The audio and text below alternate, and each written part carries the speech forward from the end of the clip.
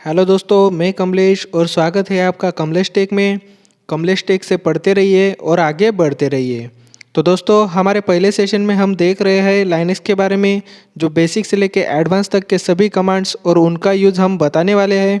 काफ़ी पार्ट्स अभी चैनल पर अवेलेबल हो चुके हैं और ऐसे ही बाकी पार्ट्स जल्दी ही आपके लिए लाने वाले हैं।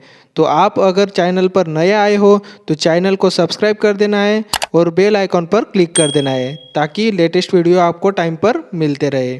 तो चलो दोस्तों, अब बाकी कमांड स्टार्ट करते हैं। तो आज की हमारी पहली कमांड है हेड कमांड। तो हेड कमांड क्या करता है, फाइल के कंटेंट हमें डिस्प्ले करके देता है। ये बाय डिफ़ॉल्ट किसी भी फाइल के ऊपर की 10 लाइन्स हमें प्रिंट कर देता है। तो चलो ये कैसे होता है देखते हैं।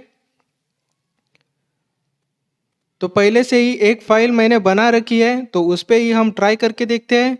तो हेड कमांड टाइप करते हैं और फाइल नेम दे देते हैं। तो देखो ऊपर की 10 लाइन्स हमें डिस्प्ले हो रही है। तो ये हेड कमांड का एक्चुअली यूज़ क्या है कि किसी भी फाइल से हम फाइल बिना ओपन किए उसके कंटेंट पढ़ सकते हैं। क्योंकि अगर किसी फाइल में 1000 या 2000 लाइन्स होती है तो उतना डेटा हम कब तक पढ़ते रहेंगे, इसलिए हेड कमांड का यूज़ होता है, जिससे हम कुछ कुछ लाइन्स हेड कमांड से पढ़ सकते हैं और कौन सा डेटा उस फाइल में शामिल है वो देख सकते हैं। तो कोई भी डेटा फाइंड करने को ईजी हो जाता है। इसे आप ऑप्शनली भी पढ़ सकते हैं। जैसे हमें अगर किसी फाइल की सिर्फ 5 लाइन ही पढ़नी है तो उसके लिए -l का ऑप्शन होता है, जो हमें लेंथ सेट करने में हेल्प करता है और उतनी ही लाइन्स हमें पढ़ने के लिए डिस्प्ले करता है। तो वो कैसे करना है, सिंपली हेड -l 5 और फाइल नेम दे देना है। तो इससे हमें सिर्फ ऊपर की 5 लाइन्स डिस्प्ले होगी। तो ये इसे आप हेड कमांड का यूज़ कर सकते हैं और इसकी मदद से लाइन्स या कंटेंट बिना फाइल ओपन किए। तो हमारी अगली कमांड है टेल। तो टेल कमांड क्या करता है, ये भी हेड कमांड जैसे ही काम करता है, पर हेड ऊपर के लाइन्स डिस्प्ले करता है तो टेल नीचे के लाइन्स और कंटेंट डिस्प्ले करता है। टेल कमांड भी बाय डिफ़ॉल्ट नीचे के 10th लाइन डिस्प्ले करता है। तो चलो करके देखते हैं। तो सिंपली टेल कमांड टाइप करेंगे और फाइल नेम दे देंगे। तो देखो नीचे की 10 लाइन डिस्प्ले हो रही है। तो इसे भी हम ऑप्शन यूज़ कर सकते हैं।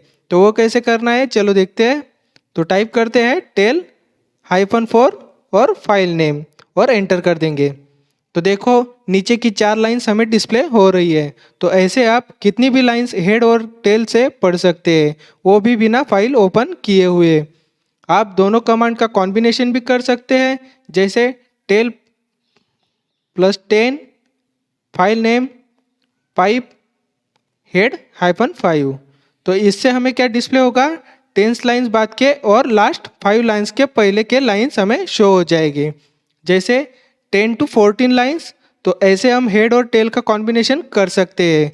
और दोस्तों हेड और टेल में एक याद रखना है कि हेड में प्लस साइन नहीं चलता है और टेल में प्लस या माइनस दोनों साइन चल जाते हैं।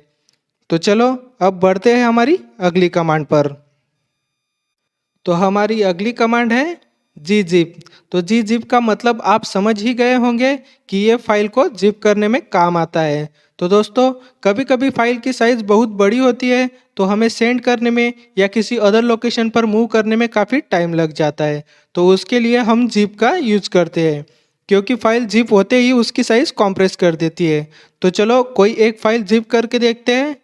तो उसके लिए सिंपली gzip फाइल नेम, यहाँ आप तो जिप होते ही क्या होगा कि उस फाइल के नाम से जिप फाइल क्रिएट होगी। और ये फाइंड कैसे करेंगे, तो जिप फाइल का एक्सटेंशन .gz होता है। तो gz जिप फाइल इंडिकेट करता है। तो चलो ये हो गई। तो अब जिप को अनजिप कैसे करते हैं वो भी देख लेते हैं।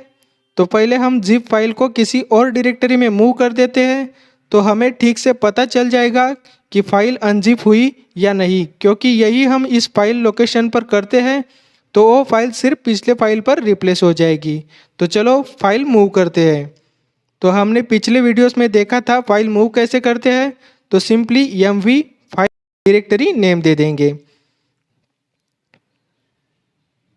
तो हमने जिप फाइल d1 डायरेक्टरी में मूव कर दी है। तो चलो d1 में जाके देखते हैं।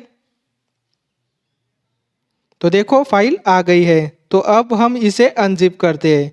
तो उसके लिए gunzip कमांड का यूज होता है। तो gunzip और फाइल नेम। तो देखो फाइल अनजिप हो गई है। तो ऐसे फाइल जिप या अनजिप की जाती है। तो चलो अब बढ़ते हैं हमारी अगली कमांड। तो हमारी अगली कमांड है टार। तो टार क्या है?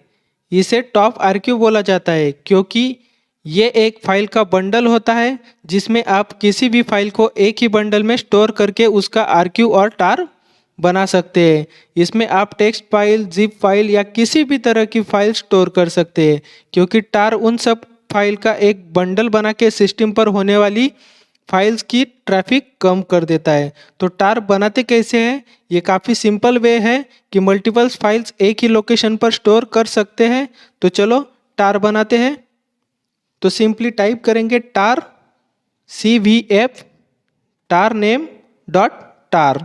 टार का एक्सटेंशन दे देंगे और जिन फाइल का टार बनाना है उन फाइल्स का नाम दे देंगे।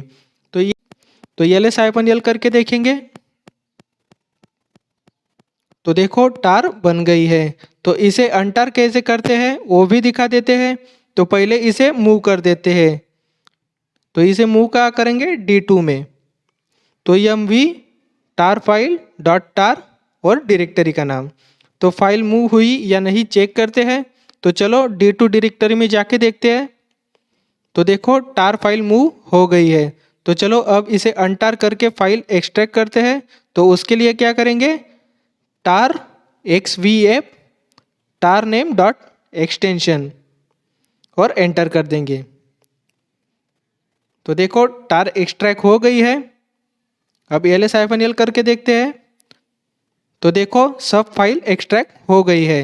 तो ऐसे फाइल को टार बनाया जाता है और अनटार या एक्सट्रैक्ट किया जाता है।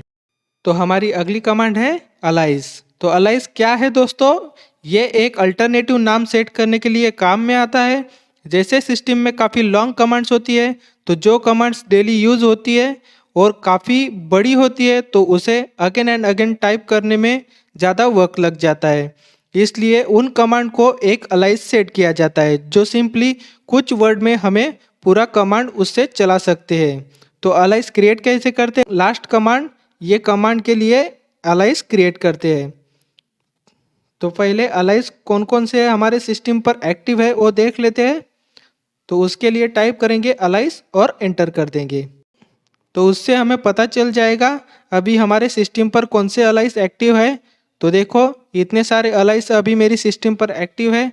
तो चलो अब एक अलाइज आपको क्रिएट करके दिखाते हैं। तो simply alias equal to single quote में कमांड दे देंगे लास्ट और सिंगल कोड कंप्लीट कर देंगे और एंटर कर देंगे। तो alias B equal to single quote में कमांड दे देंगे लास्ट और सिंगल कोड कंप्लीट।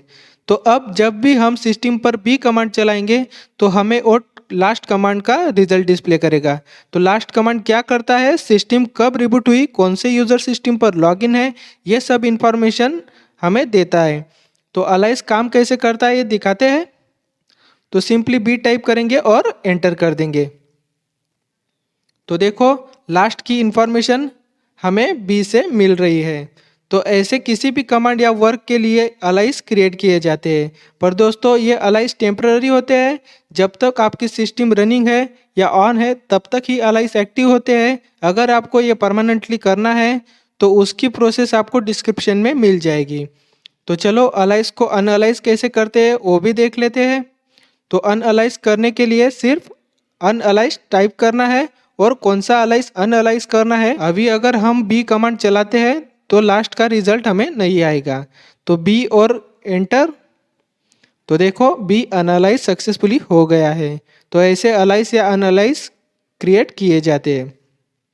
तो दोस्तों आज के लिए इतना ही। बाकी कमांड्स देखेंगे अगली वीडियोस में। तो जल्द ही लेके आएंगे। तो आपने अभी तक चैनल को अगर सब्सक्राइब नहीं किया है तो प्लीज़ सब्सक्राइब कर देना। और आज की वीडियो की इन्फॉर्मेशन आपको कैसे लगी लाइक करना और अपने दोस्तों को शेयर करना। धन्यवाद।